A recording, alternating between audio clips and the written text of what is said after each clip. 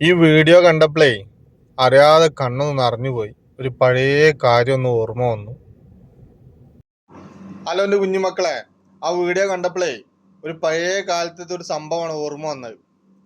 എന്താന്ന് വെച്ച് കഴിഞ്ഞാലേ, സ്വന്തം മോന് ഗൾഫിൽ നിന്ന് വന്നിട്ട് വാപ്പ മോനെ കാണാൻ വേണ്ടിയിട്ട് മോൻ്റെ വീട്ടിലേക്ക് ചെല്ലുകയാണ്. വീട്ടിലേക്ക് ചെല്ലണ നേരത്ത് മോന് ഗൾഫിൽ നിന്ന് കൊടുന്ന അന്നൊന്നും ആ കുബൂസും ഈ ജിബനും ഇതൊന്നും ചീസൊന്നും നമ്മളെ നാട്ടിലത്ര സുലഭമായിട്ടില്ല, അത്രാണ്ട് കിട്ടൽ തുടങ്ങിയിട്ടില്ല. കുബൂസൊന്നും കിട്ടൽ തുടങ്ങിയിട്ടില്ല. അപ്പോൾ ആ മോൻ ഇരുന്നിട്ട് കുബൂസും ജിബനും കൂടി ഇരുന്ന് കഴിക്കണാണ് ആ വാപ്പ കാണുന്നത്. എന്നാൽ ആ വാപ്പ ചെല്ലണ നേരത്തെ ആ മോനെ കണ്ട വാപ്പ, ഞാനിത് ഗൾഫിൽ നിന്ന് കൊടുന്നതാണ്, ഇതൊന്ന് കഴിച്ചു നോക്കി. ഒന്നോ രണ്ടോ പീസ് ഉണ്ടാവുള്ളൂ, എന്നാലും അതിനൊരു കഷ്ണം എടുത്തിട്ട് ആ വാപ്പാക്ക് സന്തോഷത്തോടു കൂടി കൊടുക്കുമ്പോൾ എത്രമാത്രം സന്തോഷം ഉണ്ടാവും അല്ലേ? പക്ഷെ അതൊന്നും ചെയ്തില്ല. ആ മോനും ചെയ്തില്ല, ആ മരുമോളും ചെയ്തില്ല. തിരിച്ച് മോന് ഉപ്പ ആ ഉപ്പാന്റെ വീട്ടിലേക്ക് വന്നിട്ട് ഇളയ മോനോട് പറയാണ്, ആ മോനന്ന് ഗൾഫിലേക്കൊന്നും പോയിട്ടില്ല, മോന് ചെറിയ പയ്യനാണ്, ഗൾഫിലേക്കൊന്നും പോകാനായിട്ടില്ല. അപ്പോൾ വന്നിട്ട് ഈ സംഭവം പറയാണ്. അപ്പോൾ പറയുമ്പോൾ വാപ്പാക്ക് ഭയങ്കര സങ്കടമുണ്ട്. അപ്പോൾ പലരും അങ്ങനെയാണ് അന്നത്തെ കാലത്ത്. എന്നല്ല, ഇന്നും അങ്ങനെ ഉണ്ടാവാൻ സാധ്യത ഉണ്ട്, ഇല്ല എന്നൊന്നും പറയാൻ കഴിയൂല. കുറേ അറിവുണ്ടായിട്ടും കുറേ പത്രാസ് ഉണ്ടായിട്ടും കുറേ പൈസ ഉണ്ടായിട്ടൊന്നും കാര്യമില്ല. നമ്മൾ ജീവിച്ചിരിക്കുമ്പോൾ നമ്മൾ എന്ത് കഴിക്കണ്ടോ അതൊരു നേരെങ്കിൽ നമ്മളെ മാതാപിതാക്കൾക്ക് വാങ്ങിച്ചു കൊടുക്കാൻ പറ്റുമെന്ന് നോക്കുക. അല്ലാന്നുണ്ടെങ്കിൽ നമ്മളിപ്പോൾ പുറത്ത് പോകുമ്പോൾ ചിലപ്പോൾ ഉമ്മാനും പനും കൊണ്ടാവാതെ നമ്മൾ പുറത്ത് പോയി ഭക്ഷണം കഴിച്ചു വരും. പക്ഷെ ആ ഭക്ഷണം കഴിക്കാനും ഇപ്പോൾ അവരെ കൊണ്ടുപോകണില്ല എന്നുണ്ടെങ്കിലും അത് നമ്മൾ കഴിച്ചതിൻ്റെ ഒരു പകുതിയെങ്കിലും അല്ലെങ്കിൽ ആ ഒരു സംഭവം ഒന്ന് ടേസ്റ്റ് നോക്കാൻ നമ്മൾ ഉപ്പാക്കോ ഉമ്മാക്കോ നമ്മൾ കൊടുന്നു കൊടുക്കുക. അപ്പോൾ എത്രമാത്രം അവർക്ക് സന്തോഷം ഉണ്ടാവും എന്നറിയോ? ഒക്കെ പോട്ടെ, ഇതൊക്കെ കഴിഞ്ഞപ്പോൾ നമ്മൾ ഒരു കല്യാണ വീട്ടിൽ പോയിട്ട് നിങ്ങൾ നോക്കണ്ടേ.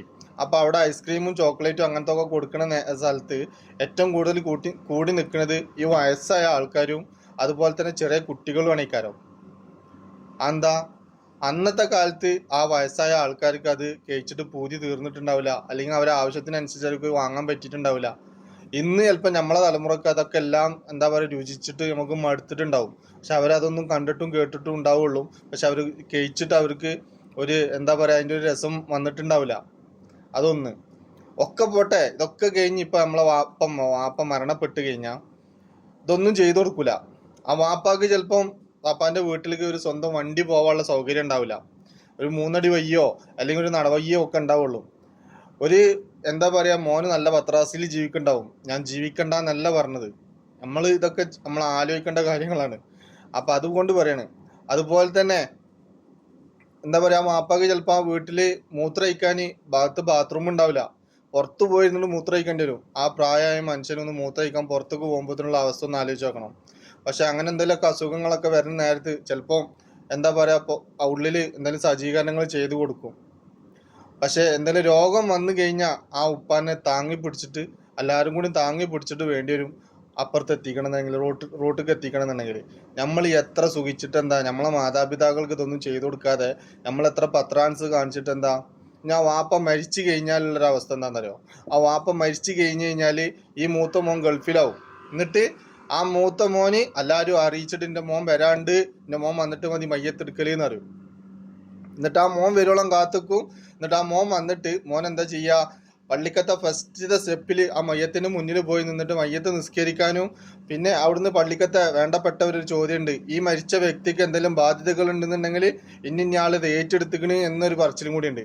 അപ്പം ഇത്രയും കാലങ്ങൾ ഈ കാര്യങ്ങളൊക്കെ ചെയ്ത് നടന്നിരുന്നത് ചിലപ്പോൾ ഈ ഇള മോനും ബാക്കിയുള്ളവരൊക്കെ ആണ് ഈ കാര്യം. അപ്പോൾ അവിടെ ഒരു വലിയ ഒരു സ്ഥാനം കിട്ടാൻ വേണ്ടിയിട്ട് ഈ മോന് അത് അവിടെ വെച്ചിട്ടൊരു പറച്ചിലാ, എൻ്റെ മോന് ഇന്നിയാള് അത് ഏറ്റെടുത്തിക്കണ്, ആ ബാധ്യതകളൊക്കെ അവനക്കറിയാം. എൻ്റെ വാപ്പ ജീവിച്ചിരിക്കുമ്പോൾ ഒരു ബാധ്യതകൾ ഉണ്ടാക്കി വെച്ചിട്ടില്ല എന്നുള്ളതൊക്കെ അവനക്കറിയാം. അപ്പോൾ അവിടെ ഒരു സ്ഥാനം കിട്ടി. പിന്നെ ഇനി വേറെയുള്ള സ്ഥാനങ്ങൾ പറഞ്ഞുതരാം.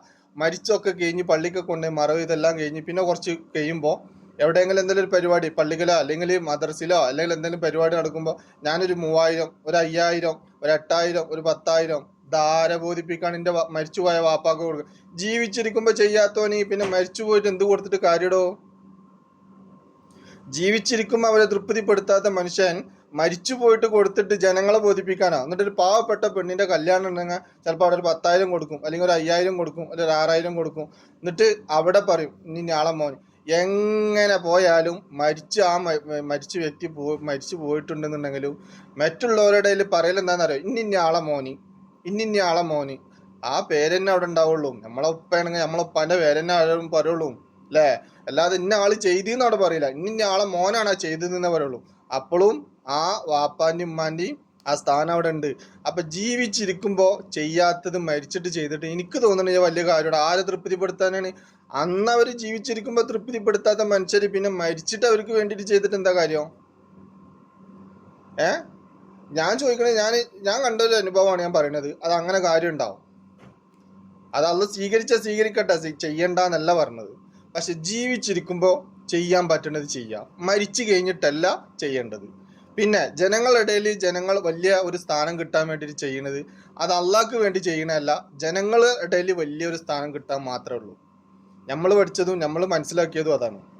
അപ്പൊ ജനങ്ങളുടെ ഇടയിൽ ജനങ്ങളല്ല തൃപ്തിപ്പെടുത്തേണ്ടത്, തൃപ്തിപ്പെടുത്തുന്നത് അവനെ വാപ്പാനും ഉമ്മാനിയാണ് അല്ലേ? ഞാൻ പറഞ്ഞതിൽ വല്ല തെറ്റുണ്ടോ? നിങ്ങൾക്ക് ആർക്കെങ്കിലും ഇങ്ങനത്തെ എന്തെങ്കിലും അനുഭവങ്ങൾ ഉണ്ടെങ്കിൽ ഒന്ന് കമന്റ് ചെയ്തിട്ടാ. ഞാൻ പറഞ്ഞതിൽ വല്ല തെറ്റുണ്ടെന്നുണ്ടെങ്കിൽ അത് നിങ്ങൾ ഒന്ന് കമന്റ് ചെയ്തി.